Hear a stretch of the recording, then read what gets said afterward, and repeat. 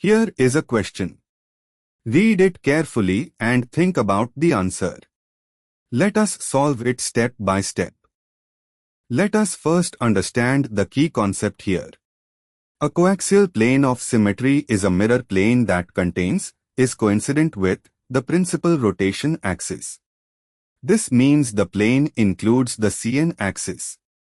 A. Formaldehyde, HCHO. It is a planar molecule with C-to-V symmetry. The principal C2 axis passes through O, C, and bisects the HCH angle.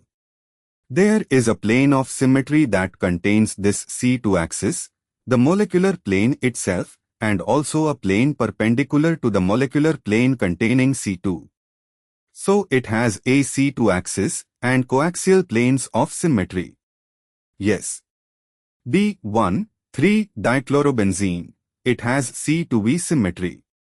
The C2 axis passes through the carbon between the two Cl-bearing carbons, C2 position, and through C5.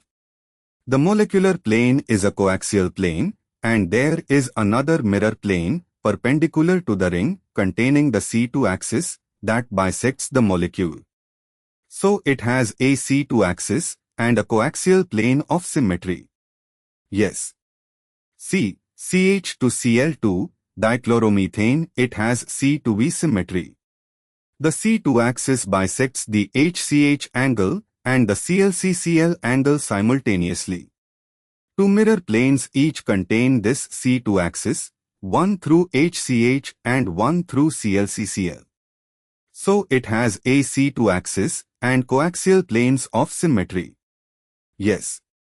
D. Triphenylene, or the shown tricyclic aromatic. The structure shown appears to be triphenylene with D3H symmetry, which has a C3 axis and multiple coaxial planes, vertical mirror planes containing the C3 axis.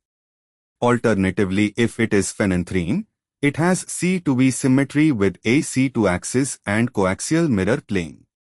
Either way, it has both an axis of symmetry and a coaxial plane of symmetry. Yes.